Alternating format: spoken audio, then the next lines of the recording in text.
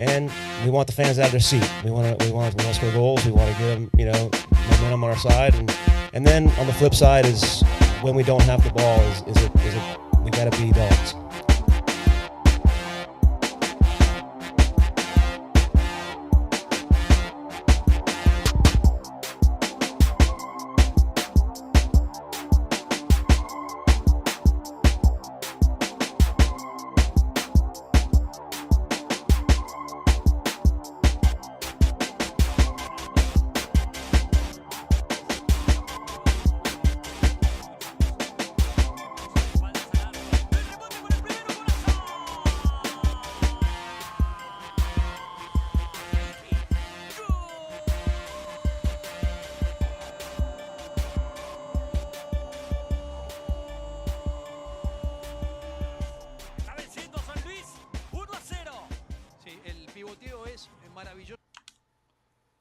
And there we are. We are live, everybody. Welcome to the show.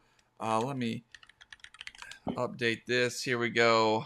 Let's get a little our X handles up there. But welcome, everybody. I know we'll be joined here shortly by Jose and Colin as they come in. But I'm so excited to welcome everybody to the show tonight. A lot to get to as we get this conversation going. And of course, for those folks tuning in, I'll repeat this throughout the show. Feel free to say something in the comment section, say hello, ask us questions, disrupt the show as we break down FC Dallas, North Texas SC, and Major League Soccer. Excited to welcome a new face, but a familiar face for those of us who watch the show. A good friend of the show and a fellow. And here comes our number 2 guy here. Love it. All right, here we go. Let's figure it out. There we go. Jose, can you hear us? I can hear you just fine. Can you all right, hear me? Great. Good to have you on, Jose. Welcome. I was just doing some introductions and welcoming our newest friend of the show here and a contributor with Third Degree, covers North Texas Soccer Club, Chris Winters. Welcome, Chris, to the show. Nice to meet you, Chris. Nice to meet you. Jose, before we start, I actually wanted to say I didn't realize this, because after I tuned into the show for the first time, I was like, oh, well, I got to go find these guys on Twitter and, see if I can, go follow them and whatnot. And you actually follow me. And I was like, oh, snap. Okay, well, nice to see that I have a little bit of connection going, Didn't even know. Well, you got to follow the people that cover the team, Love it. North Texas, FCD, all about that. No, 100%. Yeah, no, happy to be here and excited to have you. Some FC Dallas. North Texas. Yeah, and Koof should join us in a little bit. And if we have time tonight, we're going to get into Jersey Gate. I don't know if we gave it that name, but about he went viral. He went viral. Got a lot of support from. Yeah, I saw that. But we'll talk about that a little bit later. There's so much, and I was out of town. I was in Memphis for a big conference, and was able to kind of tune into some games and stuff, but just wasn't able to do the show from that place. So it was, But we didn't have so much to talk about last Monday. I mean, it was another set of disappointments for the most part. And so it feels different to talk tonight, to get together, to think about where FC Dallas has been. And, even North Texas hasn't been in the best form, although they got a big win this last week. But FC Dallas has a 4-point week. I mean, finally, it's been a long time that we've been able to look back and say, an away draw in San Jose. Of course, they lost to LAFC in LA, which we sort of expected. And then they go up to San Jose without Lucho Acosta, which we'll talk about a little bit. And they get a 2-2 draw. Maybe should have had all 3 points, really, if not just for some defensive lapses that they are known to do. But also a different formation, a different intensity. They get a big result in San Jose that at least sort of stops the bleeding for a moment, maybe helps them pick up some confidence. They come home against St. Louis City, who, yes, are not the best team, are not a great team right now. But you take care of business, 3-0 win at home. Another 2 braces this past week for Petar Musa, huge performance. And, of course, a first goal from Kaique in Major League Soccer in an FC Dallas kit. So a lot to get into from this game. And we'll talk about Sam Sarver in a minute, too, and stuff. But let's just start with the reactions to a 4-point week. Jose, we'll start with you. How you feeling about FC Dallas? Are you hopeful again? I'm pretty excited. I mean, it just feels so good to finally see the team get a W at home. Followed up a solid road point with a home win. That's what we've been wanting to see. Rolled out a new formation, played the kids, three-man backline without your best defender starting. I got nothing but joy out of watching that match. I mean, that's the happiest I've been watching an FCD game in a long, long time. So nothing but getting excitement over here. I mean, yes, we're still below the playoff line, but this gives me a little hope. They have to turn things around at home. That was the monkey on their back. They have to get that off their back. Hopefully, they've done it because if this team can start earning points at home and eking out a point on the road occasionally, they'll give themselves a shot down the stretch. Yeah, yeah, that's kind of the big story. Like we almost felt like you could shut the door on this season. I mean, it was just looking that bad, but hey, now it's It was cracked looking bleak. open. It's cracked open a bit more, So, Chris, your reactions to FC Dallas's win? Yeah, I mean, it felt different. I don't know, the energy on the team, the sort of personalities that they had going on, like everything in a lot of ways just felt very different and it kind of exciting to be a FC Dallas fan again. Obviously it's just one game. It's, just um, St. Louis, but I mean, there's a lot to be excited about.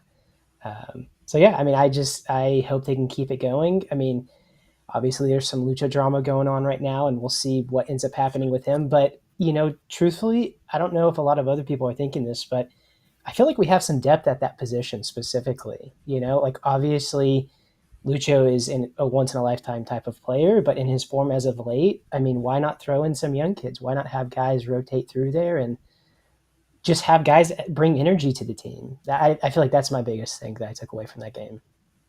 I mean, I agree with you too. well, I mean, that's the big question, right? Is the Lucho Acosta question has been the big question of the season, and we've certainly had some moments from him, and we've seen also the disconnect with his teammates, or all of those kinds of just challenges, or him just not fitting maybe the way Quill wants. But it does seem like the thing I noticed from both San Jose to the St. Louis game is that the midfield trio, which was different each game, played with a lot more aggressiveness. A lot. I mean, they ran around, and maybe that was a shift of attitude as well. But I think Lucho, when he gets the ball out there, he sort of freezes the other midfielders know that they're going to have to cover for him if he loses the ball. So they maybe don't have the freedom to get forward as much, or they have to be sort of 1 foot forward, 1 foot back. Like they got to be ready.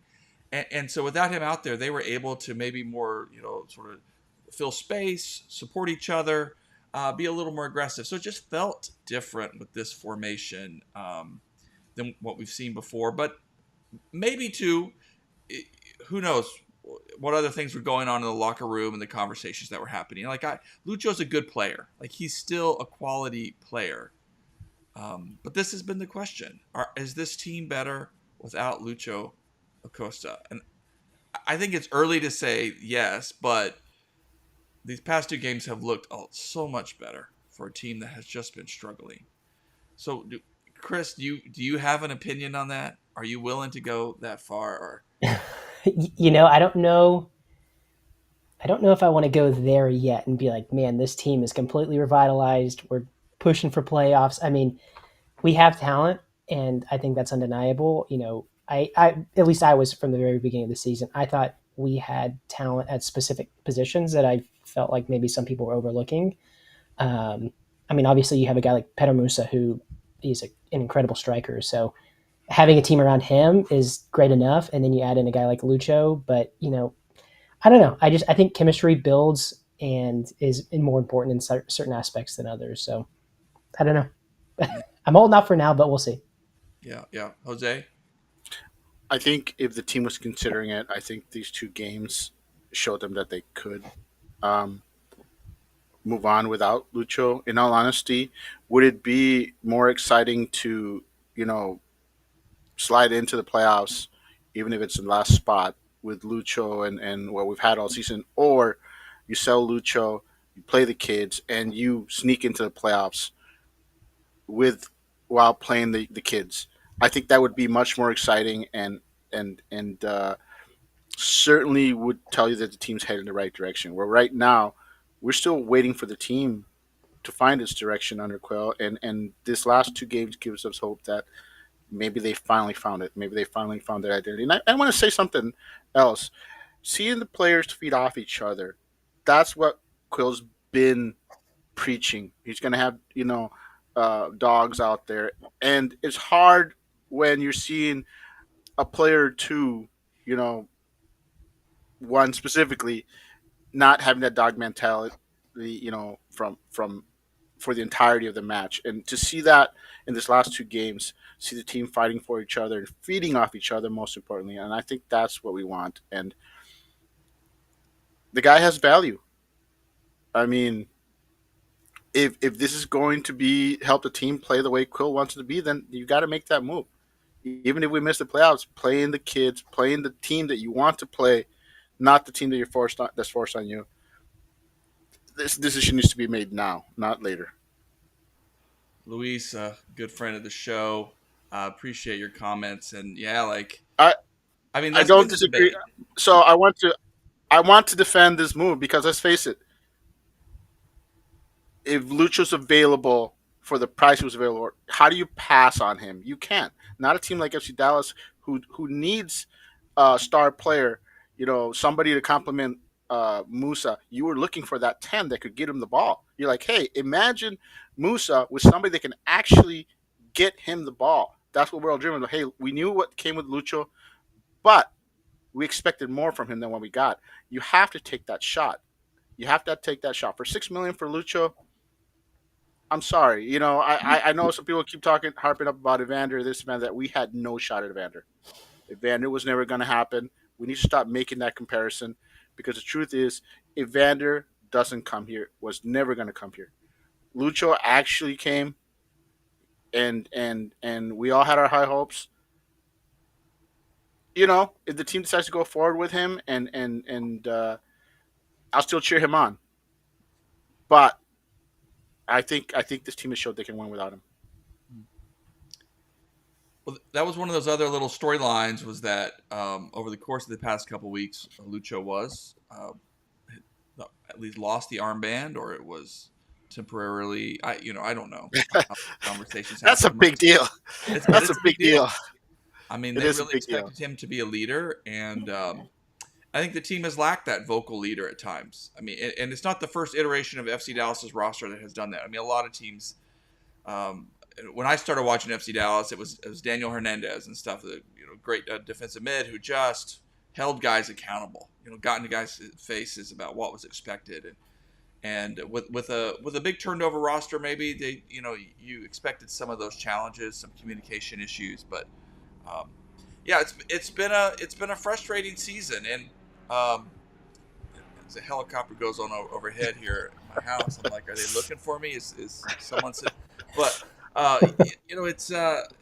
it's a weird situation because we were so hyped at the beginning of the season for Lucho, and we've had some moments where you're like, well, this guy can do stuff that the other guys can't. But we've also had injuries, and we've also, I think, struggled to find the formation that best utilized the players that we have at our disposal.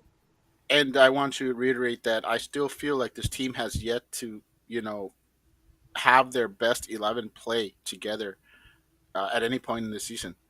I don't think that's happened yet, and the sooner it happens, the better. But like you said, someone's always injured on this team. Usually a starter. If it's not Leggett, it's Musa. If it's not Musa, it's Urugide, whoever. We've always seemed to have somebody injured, and usually it's more than one. So, like I said, I don't think this team has had played at full strength just yet, and that's made it that much harder for Quill to implement what he wants to implement. And seeing them, like I said, roll out the same formation in the last two matches, a formation that we've all have not liked in the past, and seeing it actually work without your best defensive player, I think that's exciting. I think that's the excitement there, and I hope they make a decision that'll both be best for the team and for Lucho here in the next month or so. All right, well, welcome, Kuv. You made it. The man of the hour. Yeah, that's right. Yes, sir. Trying to get your Yes, sir. Calling at Mr. Coov. I don't know why it's not updating. There it goes. All right, good. Welcome. Good to have you on. Yeah, we were just talking about this win. We were talking about the Lucho question. But before we get into anything else, let's hear from head coach FC Dallas head coach Eric Quill about the game, and really particularly, I think it was nice to be in a press conference with him where he had positive things to say, where he wasn't lamenting and struggling with the sad state of the team. But he talked about Josh Torquato and Sam Sarver, their impacts on the game, and especially, Sam Sarver scores 4 goals from North Texas in an incredible performance the night before. He comes down to Frisco for Kansas City, comes in late, he draws a penalty, and it's as if like we can't have this question anymore. Like, it's time to sign the kid. We need that energy in this team. Let's just hear Quill talk about both of those players. I come from a developmental background. I played the game. I know when the talent is there, plus the heart and attitude. So Josh Torquato, 17 years old. He's not 17 out there. 2 games in a row, he's, this kid's stepping up with just an enormous amount of confidence in himself, and we saw it in preseason. So it's no shock to me, and I hope you're going to see this kid rise and rise and rise. Sam Sarver, he hasn't been integrated with the group really until last week, and he's a personality type, as you can see, that beats to his own drummer. He has connected our group with his passion for the game. I was a fan of Sam in 15 minutes that I just watched him play. I was inspired by his effort, and he scores 4 goals last night in Kansas City and comes here and draws a penalty. I think you could say the kid's on fire. But he's as humble as they come. He's as fun as they come. That locker room right now, because of him, is a few octaves up, and we need that. Personality helps. So I'm just elated for the guys. Elated for the guys because it's, monkey off the back a little bit. Yeah, a fan. 15 minutes watching the kid play. Sam Sarver, what a legend. What an absolute joy he's been to watch. I mean, Chris, I'll start with you. You've watched him a lot too. I mean, once he got going, and we've seen some inconsistent moments from him. I mean, just as any young player adapting to the professional side of things, you expect it's going to happen. But it just seems like it was destined, right? That this kid was forcing himself into the senior team conversation with just the way he's been playing. Yeah. No, I mean, if you look a couple weeks ago, I mean, he kind of had a little bit of a down performance, but this entire season for North Texas has been dependent on whether or not Sarver has the ball, because he creates the entire offense. I mean, he's in a lot of ways that Cam type of mentality player, but he plays out on the wing and he just gets behind the defense. And I mean, he's just so electric. He's so fast. And so, I mean, as someone that, a young 30-year-old who doesn't have any kids and watching this team for a year, it feels like one of those proud father moments where like my kid's kind of moving on from North Texas to the senior team. Cause it's a matter of, when, it's not if. I mean, he's just, especially with like the missing holes for FC Dallas on the right side over there on the wing, like why not, why not bring him up already? Yeah. Kuva, I want your reaction. Of course, Luis says, Packers aren't playing, buddy. Little bro. Oh man, I was wondering why. I was wondering why I was feeling nauseous there. Like, it's fine. The Packers have more playoff wins in AT&T Stadium than the Cowboys do. It's okay. Oh, let's not get nasty here. It's awesome. Coop, tell us about watching Sarver on the other night, Saturday night. Oh man, it was electric, man. I mean, you could tell the last time he came onto the field, he was electric and brought an energy to the team that kind of literally brought everyone up around him. The team was really sluggish. The team was starting to give up last home game he came on when we saw him, and he just came on and he was electric, and it lit up everybody and kind of gave them a spark that we hadn't seen before from someone off the bench. And I mean, the same thing happened again on Saturday. I mean, the team was getting a little bit comfortable with a 2-0, and they were kind of getting more defensive, not really willing to progress the ball as much as they were willing to play or overlap on the wing.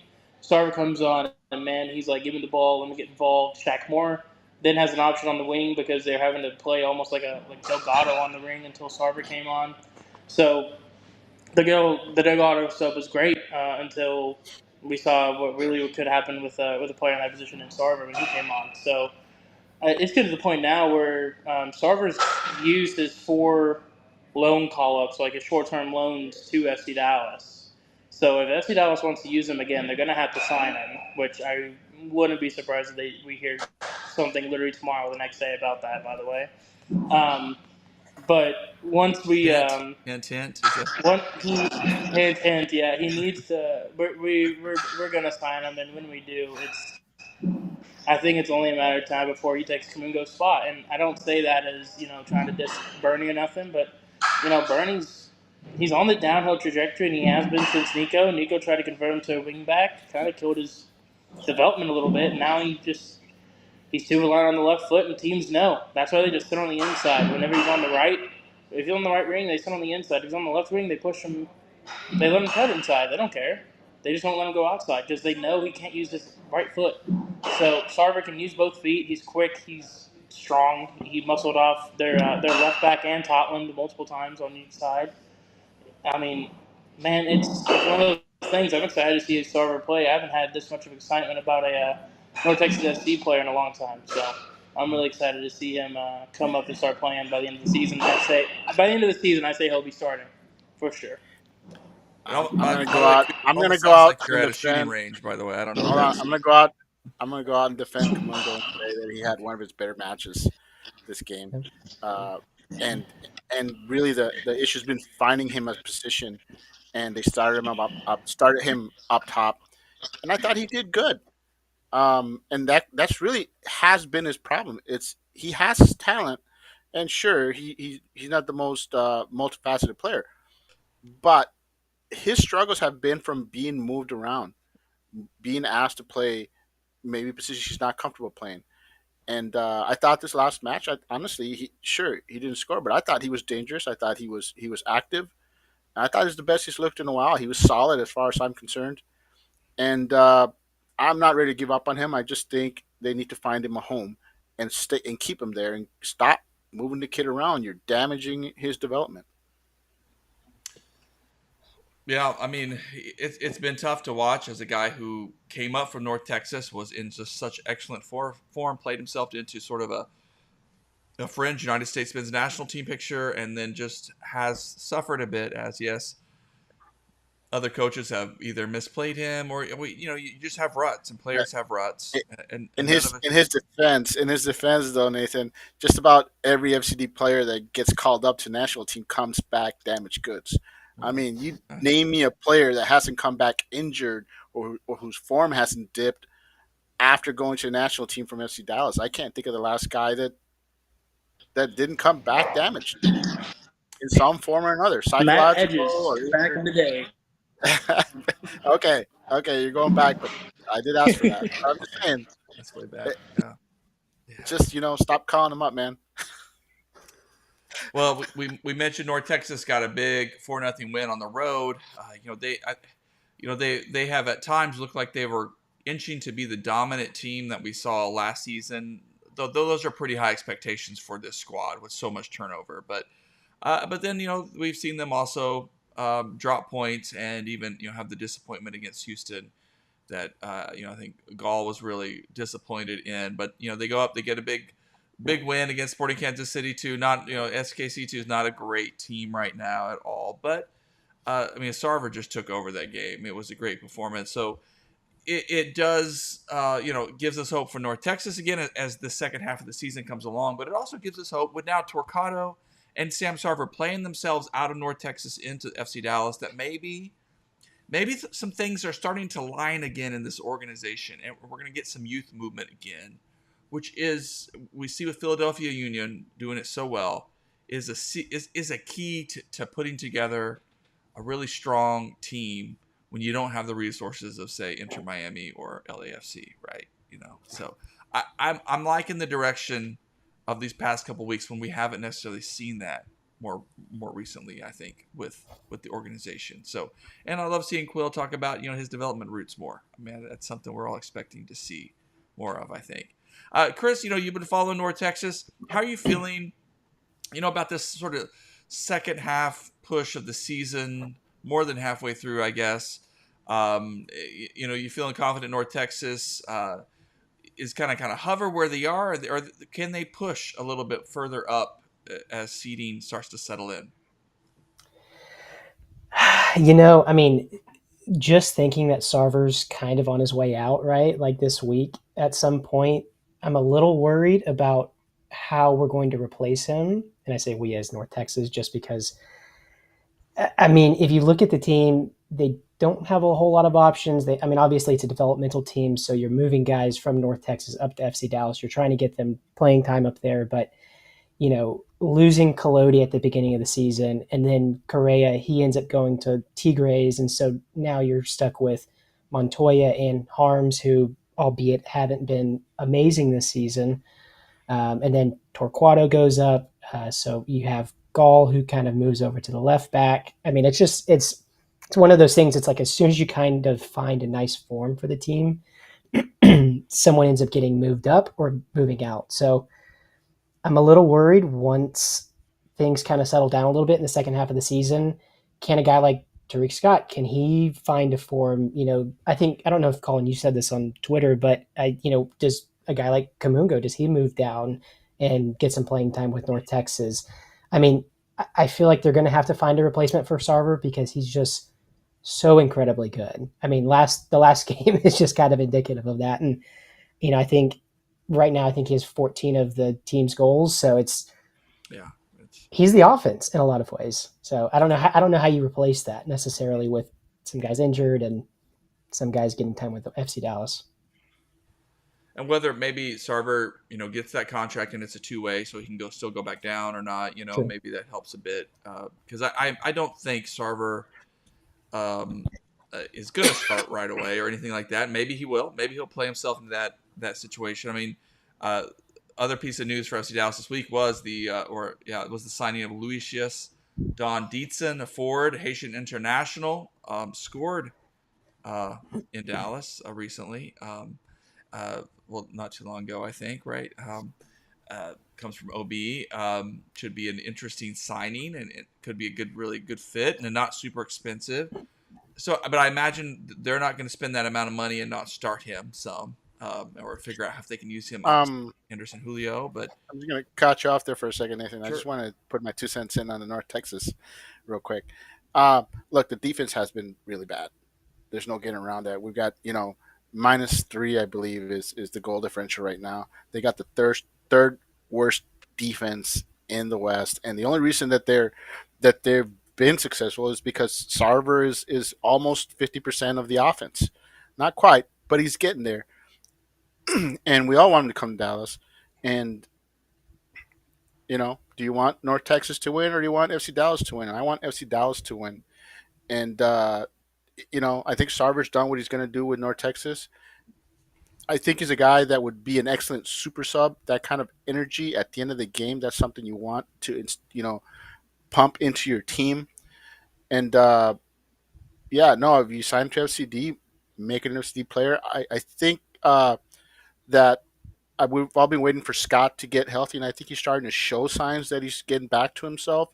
So I think maybe this is the right time to move Sarver up and make Scott the focus of that attack and see if Scott can finally, start rounding out to form again. But North Texas right now, they're going to have to fight. If Sarver gets signed by FC Dallas, North Texas is going to be hard-pressed to even make the playoffs. They'll be in contention, but they're not a sure thing.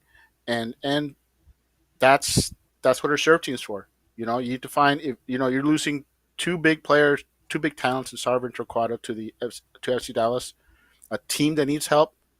There's nothing to complain there. Like I said, it'll open up minutes for other kids, and I'm excited to see where both teams go if that happens. So Well, sorry. and there's a third player there. No, I mean, because I was just going to say, FC Dallas doesn't sign Deedson and spend some money on him, even if it's not an enormous amount of money, to let Sam Sarver start in his place. I mean, they're going to give this guy a run.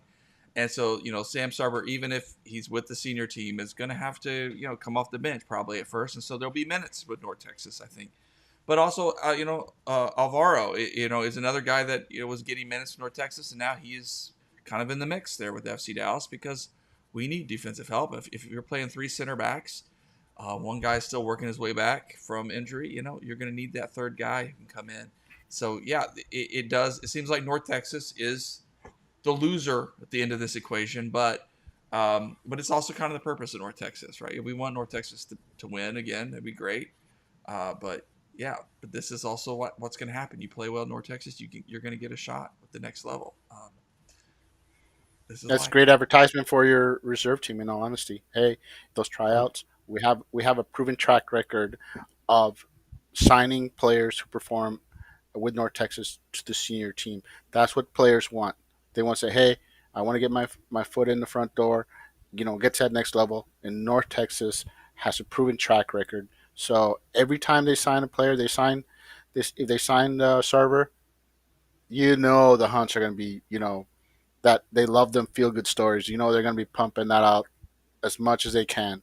And you can't blame them for that. It's good business for your reserve teams to show that, you don't need a whole season to get up to the senior team. You just got to play your heart out. Pedrinho last year, Sarver this year. Yeah, keep it going.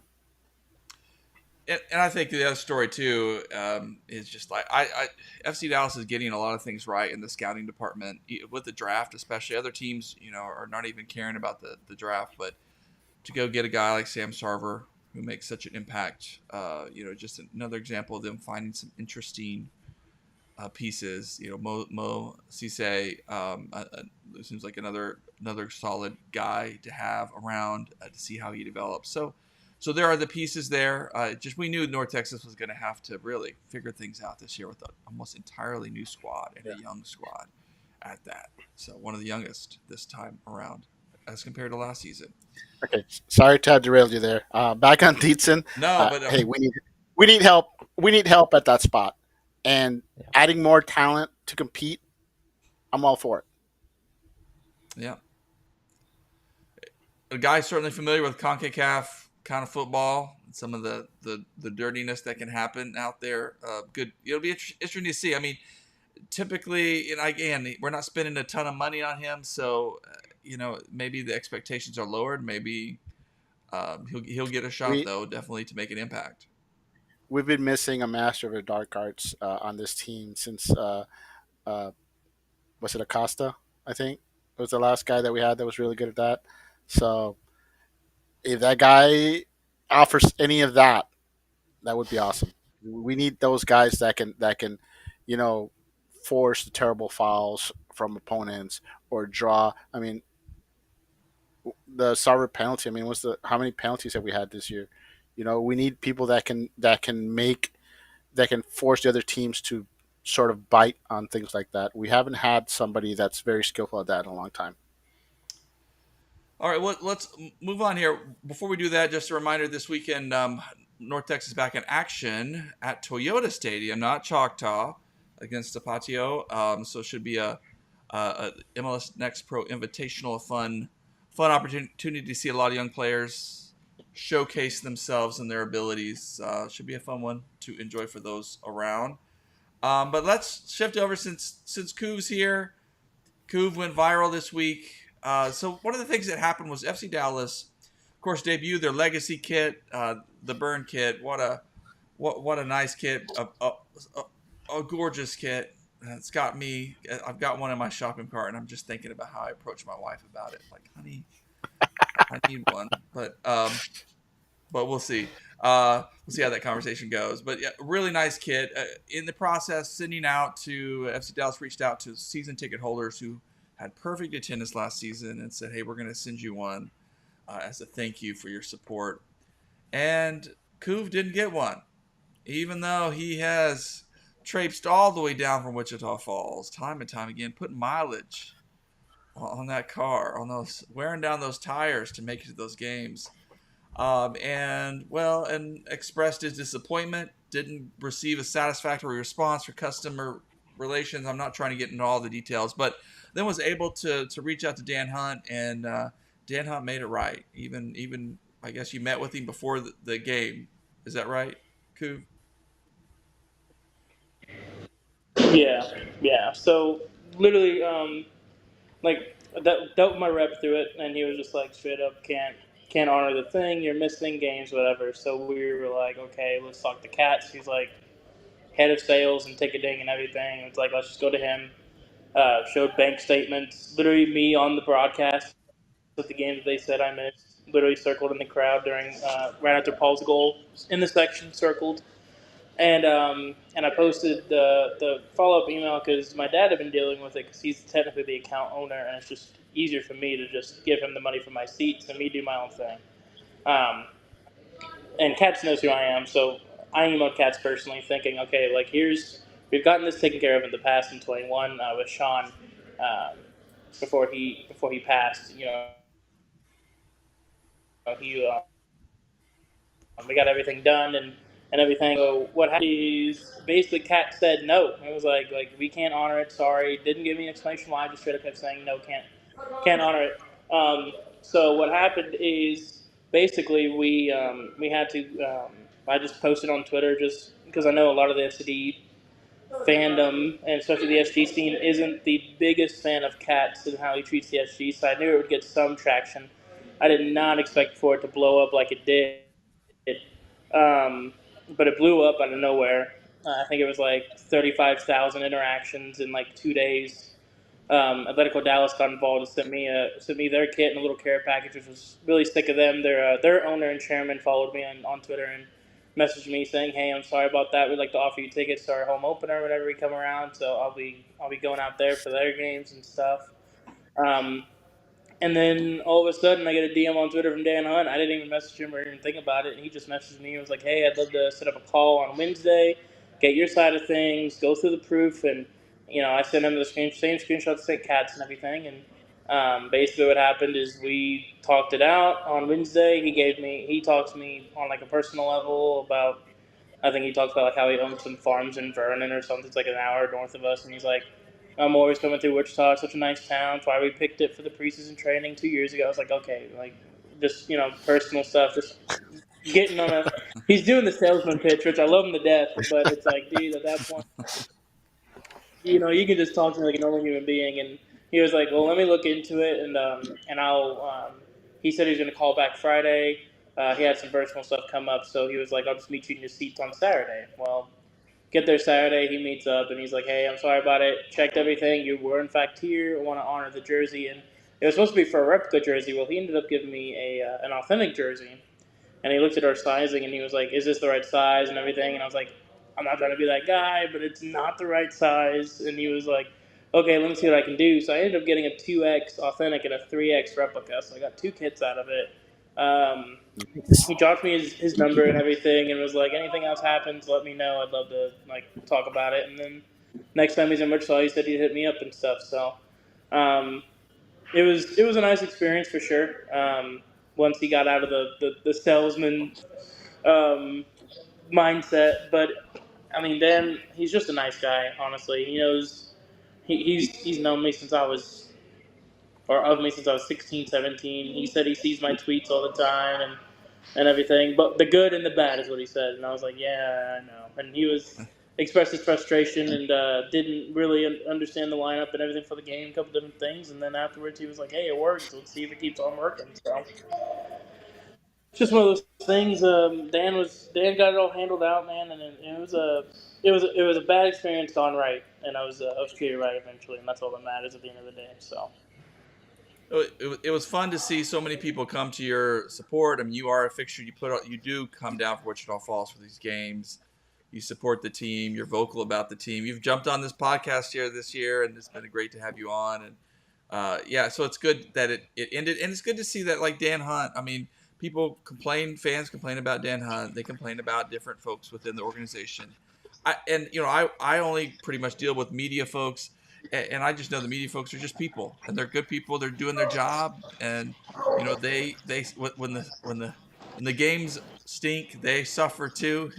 They want to see good soccer too, and but they also have a job to do, and so there's just it's an interesting thing to be reminded that these people are people, and there are folks in the FC Dallas front office that want to make sure things are right for everybody, and so it's good. It was fun to see the resolution there, Coop, and yeah, maybe make sure you get a photo for the live stream when Mr. Hunt rolls through.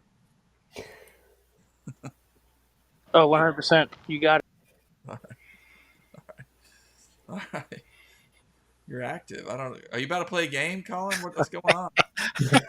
No, right? No, I was just at a batting practice for our softball league, so I was heading to the car. There, I was like, is he at a shooting range? Is it skee ball? What's going on in there?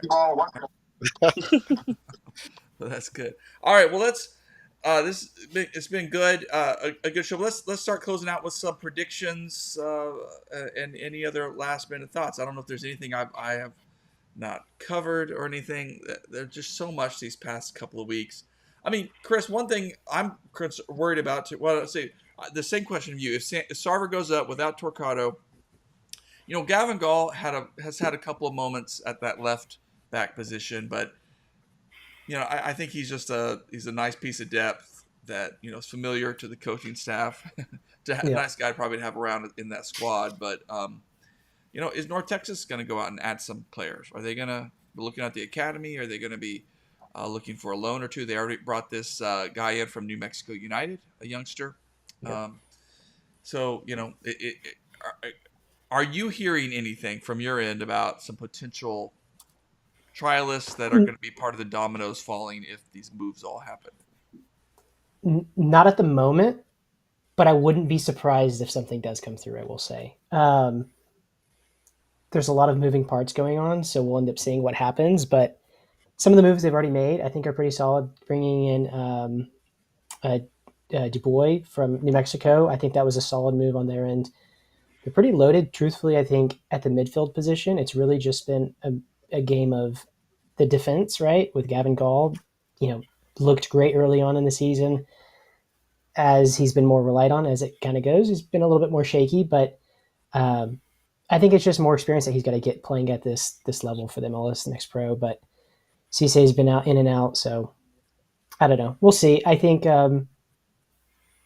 it'll be interesting to see what happens in the future with North Texas, but I think it'll be exciting. I mean, there's going to be another young kid that comes through, and it'll be the next Sam Sarver, and all things will be right with the world. So, yeah.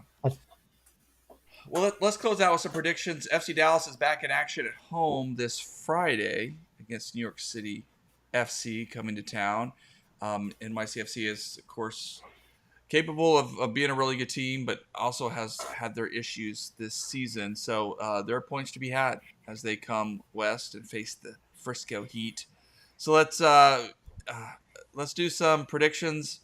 I'm going with another Musa brace. I just think the guy's on fire right now.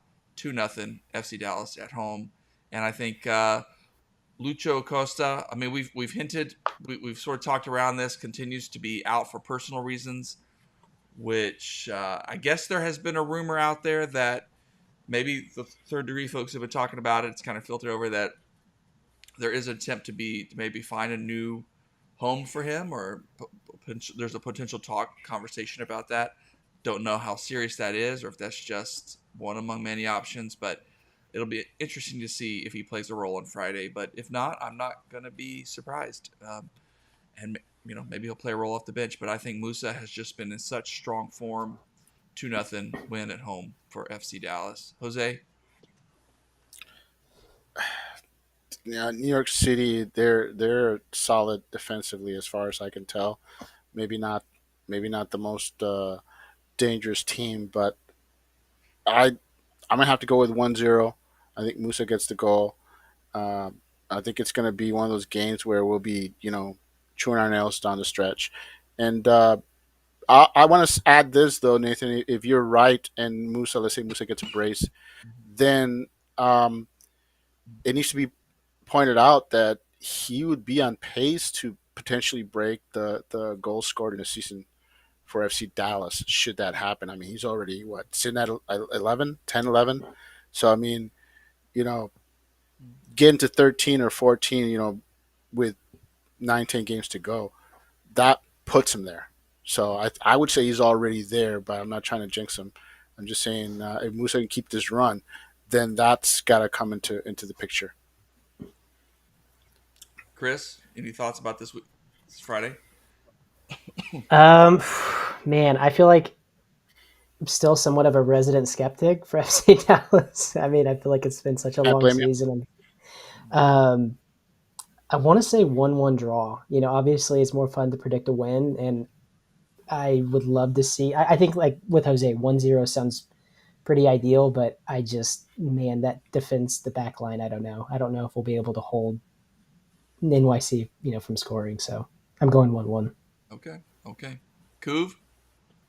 I am going to take a 1-1 draw, same as Chris. I think New York City is not only solid defensively, they got Alonso Martinez, who is the streakiest striker in MLS history, it seems like. If that man's on a tear, he's going to score against your club. If he's not going in the first 5-10 minutes, the man's going to do nothing against you. So it's one of those things, New York City, if they come out firing, I can see it being a 1-1 draw. If not, I can see us getting a win, but I'm going to be on the safer side and think a 1-1 draw. All right. Well, there you have it. We got some hopeful folks, and you got some skeptics. Which, to be fair, we'll see. One quick shout out before we call it a day.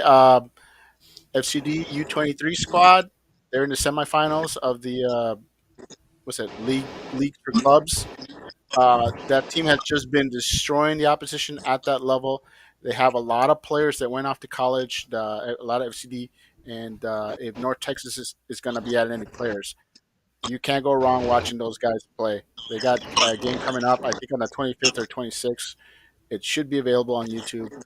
Check them out. I mean, they've been destroying everybody, and you'll recognize just about every player on that team. If you followed North Texas, you followed FCD, followed the academy, guarantee you'll feel at home watching them play.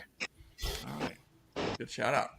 All right, well, appreciate everybody. Thanks, Luis, for all the comments and questions. Thanks for everybody listening. Of course, I'll post the audio bright and early tomorrow morning, and so you can listen in if you're on the drive or whatnot. But Chris, thanks for joining us tonight. Appreciate it. Appreciate seeing you. Yeah. Thanks for having you. Yeah. Coop, even though the Packers jersey is unsettling on you, but we're proud of you, and looking forward to this relationship between you and the president of FC Dallas kind of continuing. All right. Good night.